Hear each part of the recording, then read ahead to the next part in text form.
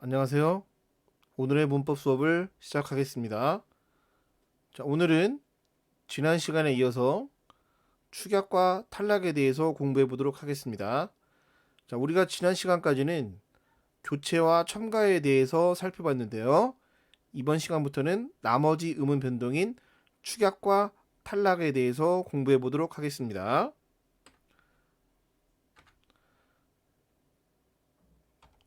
자, 그래서 오늘 배울 내용은 먼저 축약과 탈락이란 무엇이고, 그리고 축약과 탈락은 어떻게 다른지에 대해서 살펴본 다음에 축약에 해당하는 거센 소리 대기, 반모음화, 그리고 모음 축약의 개념과 그것이 일어나는 음운 환경에 대해서 살펴보고, 탈락 중에서 리을 탈락의 개념과 리을 탈락이 일어나는 음운 환경에 대해서 살펴보도록 하겠습니다.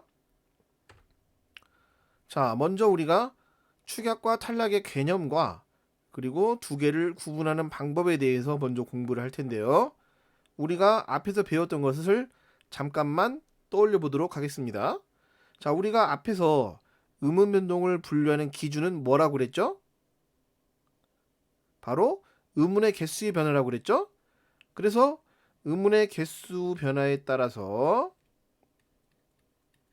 우리가 음운 변동을 나누면 교체, 그리고 첨가, 그리고 축약, 그리고 탈락이 있다고 얘기했었죠. 그래서 우리가 교체라고 하는 것은 음운의 개수의 변화가 없는 변동, 첨가는 늘어나는 변동, 그리고 축약과 탈락은 줄어드는 변동이라고 얘기했었죠. 그래서 우리가 지난 시간까지는 여기까지 우리가 공부를 했었습니다. 그래서 축약은 음운의 개수가 줄어드는 변동인데요. 줄어드는 방식이 축약과 탈락은 좀 다릅니다. 그래서 축약은 두 개의 음운, 예를 들어서 우리가 A라는 음운과 B라는 음운이 있으면 두 개가 합쳐져서 하나의 음운, 즉 새로운 C라는 음운이 되는 변동을 우리가 축약이라고 합니다. 자, 하나 예를 들어볼게요. 싸치라고 하는 소리가 있으면 쌌의 받침 히읗과 지금 지읒이 만났죠? 그러면 두 개가 합쳐져서 치읓이라는 음운이 되었습니다. 그러면 두 개의 음운이 합쳐져서 하나의 새로운 음운이 됐으니까 이것을 뭐라고 한다? 이것을 우리가 축약이라고 하는 것이죠. 자, 그런데 탈락은 이거랑은 좀 다르죠? 탈락이라고 하는 것은 두 개의 음운이 만나서 둘 중에 하나가 없어지는 변동을 우리가 탈락이라고 합니다. 예를 들어서 우리가 A라는 음운과 B라는 음운이 만났을 때 A가 남거나 혹은 B가 남는 것을 우리가 탈락이라고 합니다. 예를 들어서 우리가 싸타의 어간 싸세 뒤에 어미 아가 오게 되면 히읗과 아가 만나죠? 그러면 두 개의 음운이 합쳐지는 게 아니고 앞에 있는 음운 히읗이 없어져 버리죠? 그래서 아만 남습니다. 그러면 두 개의 음운이 만나서 하나가 없어졌으니까 이것을 우리가 탈락이라고 하는 것이죠. 그래서 둘 다 음운의 개수를 세보면 변동 전에는 우리가 싸치는 음운의 개수가 5개였는데요. 4개로 줄어들었고, 그 다음에 싸아는 음운의 개수가 4개였는데 3개로 줄어들었고, 이처럼 축약과 탈락은 둘 다 음운의 개수가 줄어들었죠. 이해 가시죠? 그래서 우리가 이 두 개를 구분하지 못하는 학생들이 있기 때문에 조금만 더 자세히 살펴보도록 하겠습니다. 자, 축약과 탈락을 비교해 보면 다시 한번 설명하지만 축약이라고 하는 것은 두 개의 음운이 합쳐져서 새로운 음운이 만들어져야 되고, 역시 이때 이 C는 A나 B가 아닌 다른 음운이 되어야 되죠. 예를 들어서 좋지. 자, 받침의 히읗과 뒤에 예사소리 지읒이 결합했죠? 자, 그래서 지읒과 히읗이 결합해서 치읓이라는 새로운 음운이 만들어졌으니까 이것을 우리가 축약이라고 하는 것이죠. 만약에 이것이 지읒과 히읗이 만났는데 지읒만 남거나 혹은 히읗만 남았으면 얘가 탈락이겠죠. 하지만 두 개가 합쳐져서 새로운 음운이 만들어졌으니까 이게 축약이 되는 것입니다. 반면에 싸아는 쌌의 히읗과 아가 만나게 되면 앞에 있는 히읗이 없어지죠. 그래서 두 개의 음운이 만나서 둘 중에 하나만 남는 것은 곧 하나가 사라진다는 걸 의미하죠. 그래서 둘 중에 하나가 사라졌으니까 이걸 뭐라고 한다? 이걸 우리가 탈락이라고 하는 것이죠. 그리고 둘의 공통점은 음운의 개수가 줄어든다는 데 있습니다. 자, 그럼 지금부터 축약과 탈락에 해당되는 변동을 하나씩 살펴볼 건데요. 먼저 축약에 해당되는 변동들을 살펴보도록 하겠습니다. 자, 첫 번째 거센소리 대기인데요. 거센소리 대기라고 하는 것은 예사소리, 기역, 디귿, 비읍, 지읒이 히읗을 만나면 거센소리, 키읔, 디귿, 피읍, 치읓이 되는 변동을 우리가 거센소리 대기라고 합니다. 자, 우리가 앞에서 배웠죠? 소리의 세기에 따라서 우리가 자음을 분류할 수가 있는데 크게 예사소리, 그 다음에 된소리, 거센소리가 있다라고 이렇게 우리가 얘기를 했었죠. 그리고 이 소리들은 같은 위치에서 계열을 이루고 있다고 얘기했어요. 그래서 가장 약한 소리인 기역을 조금 세게 발음하면 쌍기역, 조금 더 세게 발음하면 우리가 키읔이 되는 거죠. 그래서 이렇게 세 소리가 계열을 이루고 있다고 얘기했어요. 그런데 거센 소리 대기라고 하는 것은 이 예사소리 기역이 혹은 디귿이 비읍이나 지읒이 히읗을 만나서 거센 소리 키역 디귿 키역 디귿 피읍 치읓이 되는 거죠. 그러면 두 개의 음운, 자 기역과 히읗이 만나서 키역, 디귿과 티읕이 만나서 티읕, 이런 식으로 두 개의 음운이 합쳐져서 새로운 음운이 됐기 때문에 이 변동을 뭐라고 한다? 축약이라고 하는 거죠. 우리가 축약이면서 거센 소리 대기가 되는 것이죠. 이해 가시나요? 그래서 거센 소리 대기는 히읗이 앞에 와도 되고 뒤에 와도 됩니다. 자, 먼저 히읗이 앞에 오는 예를 살펴보면 우리가 낳고, 그러면 받침에 히읗이 있고 예사소리 기역이 있죠. 그래서 두 개가 만나서 키읔으로 합쳐지는 거죠. 그러면 히읗과 예사소리가 만나서 거센 소리가 됐으니까 이 변동을 우리가 거센 소리 대기라고 하는 거죠. 그런데 이처럼 히읗이 뒤에 와도 역시 거센 소리 대기가 일어날 수 있습니다. 자, 예사소리, 기역, 디귿, 비읍, 지읒이 앞에 오고 뒤에 히읗이 와도 합쳐져서 키읔, 디귿, 피읍, 치읓이 되는 거죠. 예를 들어서 밥하고는 받침 비읍과 뒤에 히읗이 만났을 때 두 개가 합쳐져서 피읍이라는 거센 소리가 됐으니까 이걸 우리가 거센 소리 대기라고 합니다. 그런데 이런 거센 소리 대기는 겹받침 뒤에 히읗이 와도 일어날 수가 있고요. 혹은 겹받침에 히읗이 있어도 역시 일어날 수 있습니다. 자, 예를 들어서 넓히다. 자, 여기 겹받침이 자음, 리을, 비읍이죠. 그리고 뒤에 히읗이 오게 되면 겹받침 중에 뒤에 있는 비읍과 히읗이 결합해서 피읍이라고 하는 새로운 거센 소리가 만들어지는 거죠. 그래서 이런 변동을 뭐라고 한다? 거센 소리 대기라고 하는 것이죠. 그래서 이처럼 겹받침 뒤에 히읗이 와도 일어날 수 있고요. 혹은 자, 겹받침에 히읗이 있는 경우, 자, 예를 들어서 우리가 않다, 하지 않다, 여기에 고가 오게 되면 겹받침의 받침 히읗과 기역이 합쳐져서 안코가 됩니다. 즉 히읗과 기역이 합쳐져서 거센 소리 키읔이 되는 거죠. 이처럼 겹받침에 히읗이 있는 경우에도 역시 거센 소리 대기가 일어날 수 있습니다. 자, 그런데 우리가 항상 조심해야 되는 게, 앞에서 우리가 음절의 끝소리 규칙을 배웠는데 일반적으로는 음절의 끝소리 규칙이 다른 음운 변동보다는 먼저 일어난다고 했었죠. 그런데 거센 소리 대기는요, 거센 소리 대기는 자, 거센 소리 대기는 음절의 끝소리 규칙보다도 먼저 일어납니다. 이걸 절대 잊어버리시면 안 돼요. 자, 예를 들어서 우리가 젖히다라는 우리가 말이 있으면 얘는 받침의 지읒과 히읗이 결합해서 바로 거센 소리 치읓이 돼야 돼요. 이걸 우리가 착각하기 쉬운 게 지읒이 뒤에 히읗이 지읒 뒤에 잠 히읗이 왔으니까 지읒이 디귿으로 바뀌어야 되는 거 아니냐 이렇게 생각하기 쉬운데요. 절대 이렇게 되면 안 됩니다. 거센 소리가 음절의 끝소리 빛보다 먼저 일어나기 때문에 지읒과 히읗이 바로 결합을 해야 됩니다. 그래서 이것도 잊어버리시면 안 되겠습니다. 자, 그리고 우리가 거센 소리 대기를 한자어로는 우리가 격음화, 자, 혹은 우리가 유기음화라고 하는데요.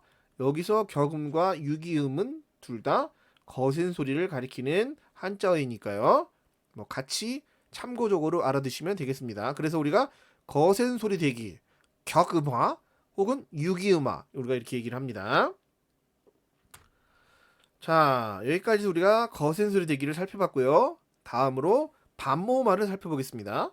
자, 반모음화라고 하는 것은 앞에 모음 오, 우, 이가 있고 뒤에 아나 어로 시작하는 형태소가 오게 되면 이 오나 우는 반모음으로 오, 우로 바뀌고 이도 역시 반모음 이로 바뀌는 변동을 우리가 반모음화라고 합니다.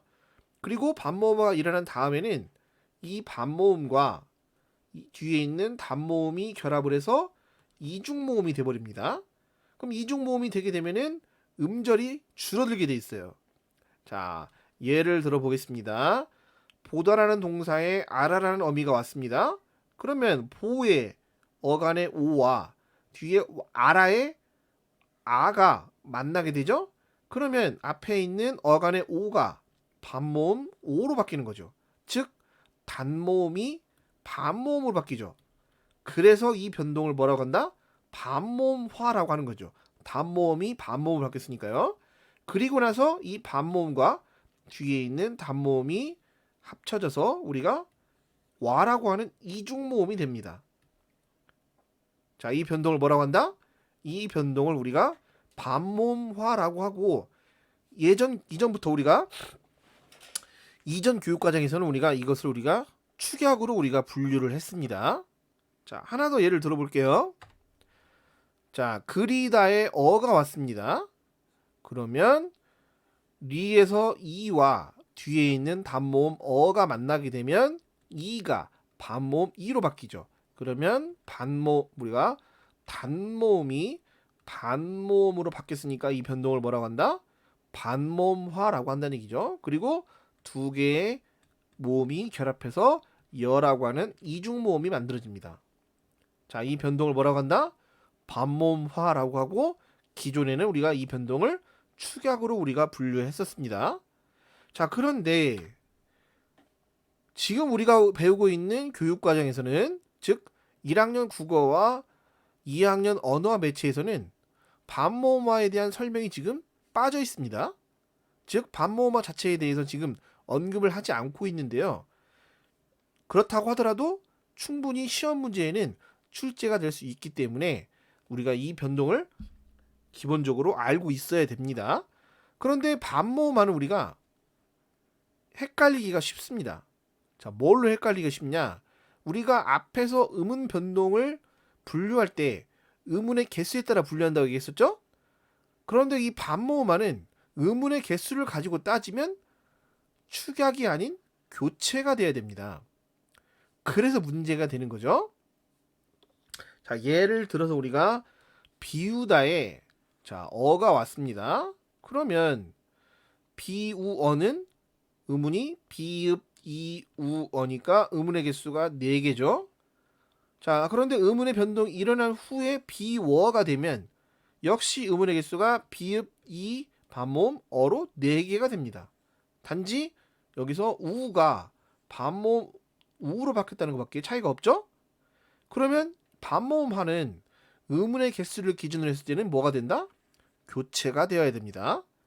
그런데 우리가 이전까지 반모음화를 우리가 축약으로 분류한 이유는 변동 전과 변동 후를 비교했을 때 음절의 개수가 줄어들었기 때문입니다. 자, 비우어는 지금 음절이 몇 음절이죠?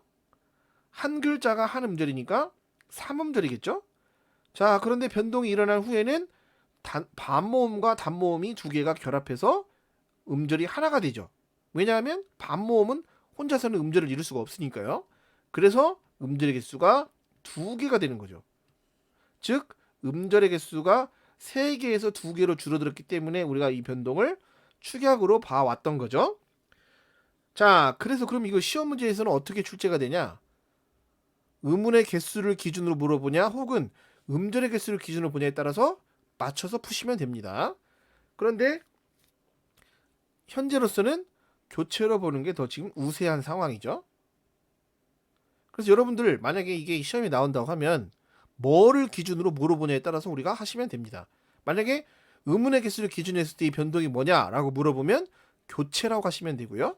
음절의 개수를 기준으로 했을 때 뭐라고 하냐? 그러면 축약이라고 하시면 되겠습니다.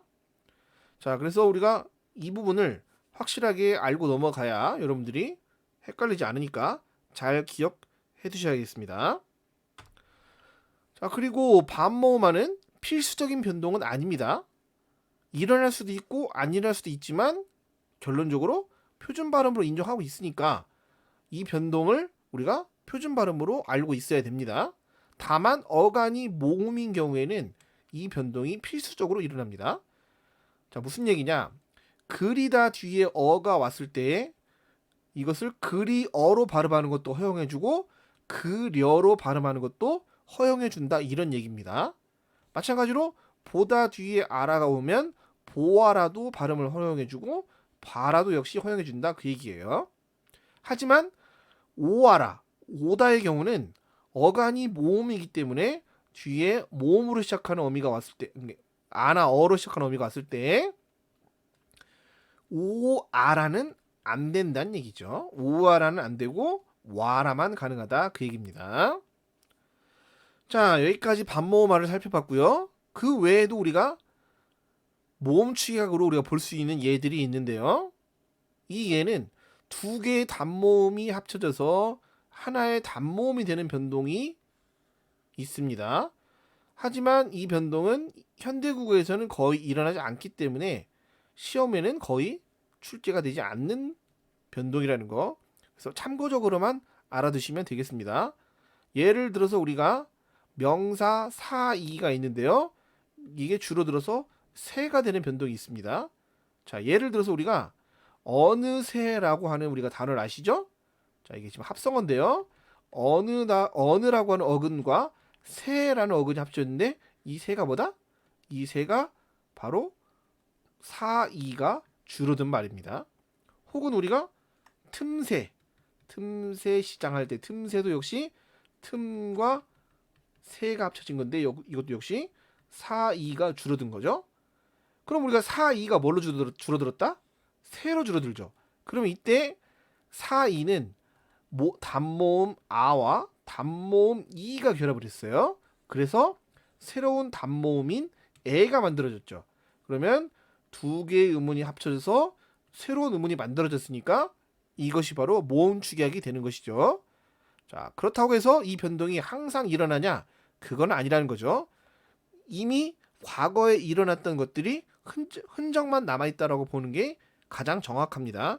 그래서 현대국어에서는 이 변동이 일어나질 않고 이러한 변동이 일어난 단어들이 지금 현대에도 지금 쓰이고 있는 것이죠. 자, 하나 더 예를 들자면 우리가 보이다. 자, 이때 이는 우리가 접사죠. 그러면 우리가 이 보의 어간의 모음 오와 뒤에 접사 이가 만나게 되면 오라고 하는 단모음과 이라고 하는 단모음이 합쳐져서 외라고 하는 단모음이 되는 것이죠. 그러면 2개의 모음이 합쳐져서 새로운 모음이 만들어졌으니까 이것도 역시 우리가 모음 축약이라고 말할 수 있습니다. 그리고 당연히 지금 앞에 사이나 베이다는 베다죠. 베다는 당연히 우리가 이 변동에 대해서 교체냐 첨가냐 축약이냐 탈락이냐 이걸 가지고는 충분히 물어볼 수 있습니다. 그러면 당연히 뭐다? 당연히 축약이라는 거 그리고 음운의 개수가 줄어들었다는 걸 알고 계셔야 되겠습니다. 자, 여기까지 해서 우리가 이제 축약이 끝났는데요. 지금부터는 탈락에 해당되는 변동을 우리가 하나씩 살펴보도록 하겠습니다. 첫 번째, 리을 탈락. 리을 탈락이 일어나는 조건은 반드시 어간의 받침이 리을인 경우에 뒤에 니은, 리을, 비읍, 시옷, 오로 시작하는 어미가 오게 되면 어간의 받침 리을이 탈락하는 변동을 말합니다. 리을이 없어지는 거죠. 자, 예를 들어서 우리가 살다가 있습니다. 그럼 이때 살다 뒤에 니은이라는 어미가 오면, 자, 문장으로 만들면 뭐 이런 거겠죠. 내가 예전에 산 집. 이해가시죠? 내가 예전에 과거에 살았던 집이죠. 그러면은 살다 뒤에 니은이 오게 되면 받침의 리을이 탈락한다는 얘기죠. 그래서 두 개의 의문이 만났을 때 하나의 의문이 사라졌기 때문에 이 변동은 탈락이고, 어간의 받침 리을이 탈락했기 때문에 이 변동을 우리가 리을 탈락이라고 하는 것이죠. 자, 나머지도 마찬가지입니다.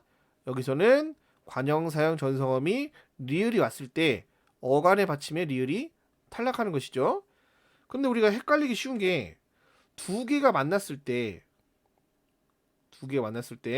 자, 이런 경우는 뭐가 탈락했는지가 판단하기 어려울 수도 있겠죠.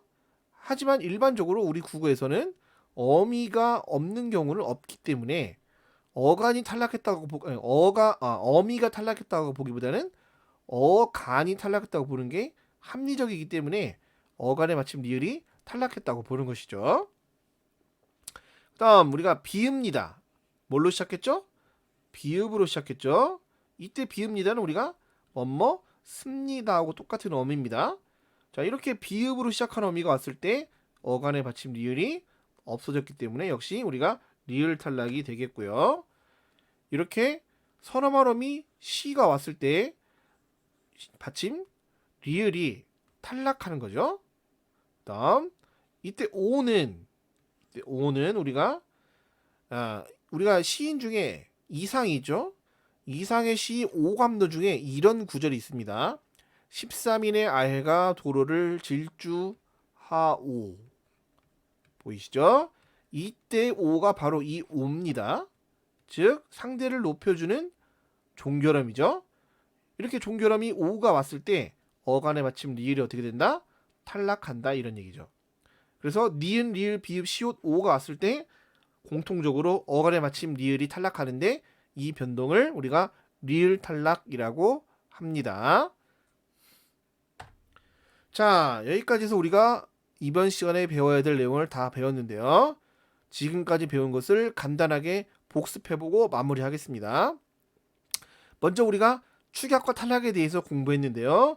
축약이라고 하는 것은 두 개의 의문이 합쳐져서 하나의 의문으로 줄어드는 변동을 축약이라고 하고, 탈락은 두 개의 의문이 만나서 하나의 의문이 없어지는 변동을 탈락이라고 합니다. 자, 그리고 거센소리 대기라고 하는 것은 예사소리, 기역, 디귿, 비읍, 지읒이 히읗을 만나면 두 개가 합쳐져서 거센소리, 키읔, 디귿, 피읍, 치읓이 되는 변동을 우리가 거센소리 대기라고 하고요. 그 다음에 반모음어라고 하는 것은 모음 오, 우, 이 뒤에 아나 어로 시작하는 형태소가 오면 각각 반모음 오, 우나 반모음 이로 바뀐 후에 뒤에 있는 단모음과 이 반모음이 결합해서 음절이 줄어드는 변동. 그래서 의문의 개수를 기준으로 했을 때는 교체다 라고 우리가 얘기를 했었죠. 그 다음 모음 축약이라고 하는 것은 두 개의 단모음이 결합해서 하나의 단모음이 되는 변동을 말한다. 여기까지가 우리가 축약에 해당하는 의문 변동을 공부했고요. 그 다음에 리을 탈락이라고 하는 것은 어간의 받침 리을 뒤에 니은, 리을, 비읍, 시옷, 오로 시작하는 어미가 오면 어간의 받침 리을이 탈락하는 변동을 우리가 리을 탈락이라고 합니다. 자, 이렇게 해서 오늘은 축약과 탈락의 개념과 그리고 거기에 해당하는 의문 변동들을 하나씩 살펴봤는데요. 다음 시간에는 탈락에 해당되는 나머지 변동을 다 공부하고, 그리고 마지막으로 동화에 대해서 공부를 해서 의문 변동을 마무리하도록 하겠습니다. 자, 대단히 수고했습니다. 감사합니다.